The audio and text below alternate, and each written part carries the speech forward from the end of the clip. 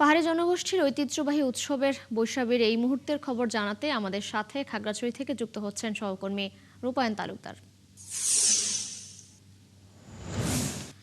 রূপায়ণ, এখন সেখানে কি কি আনুষ্ঠানিকতা চলছে? চাকমা সম্প্রদায়ের লোকেরা কিভাবে এই দিনটিকে উদযাপন করছেন জানাবেন।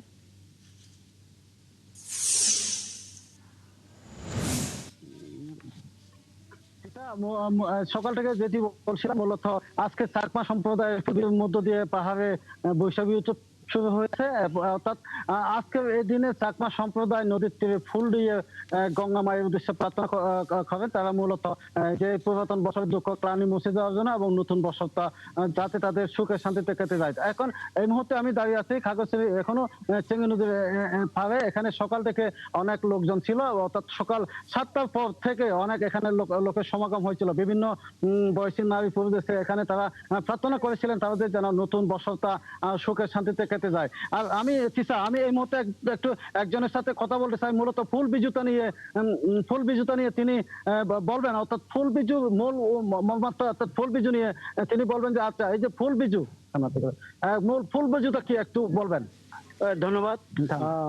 আসলে ওই চাকমাদের মধ্যে আজকেই মানে ফুল বিজুর মূল উদ্দেশ্য হচ্ছে এই যে আমরা গঙ্গিমাকে নদীর দেবাকে আমরা এই যে পুরান বছরের আপদ বিপদ জরাজীর্ণ দূর হয়ে আমরা যেন নতুন বছরে সুখে শান্তিতে বসবাস করি, এই উদ্দেশ্য নিয়ে আমরা তাদের যে এই যে পানির দেবতা গঙ্গিমার কাছ থেকে আমরা এটা আশীর্বাদ কামনা করি।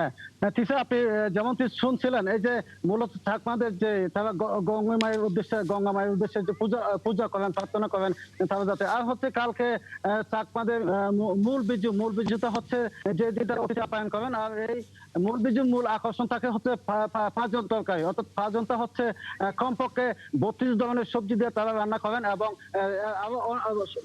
রূপায়ণ, আপনি আছেন সেখানে, ধন্যবাদ যুক্ত হওয়ার জন্য। দর্শক, বৈশাখ উৎসবের খবর জানাচ্ছিলেন খাগড়াছড়ি থেকে আমাদের সহকর্মী রূপায়ণ তালুকদার।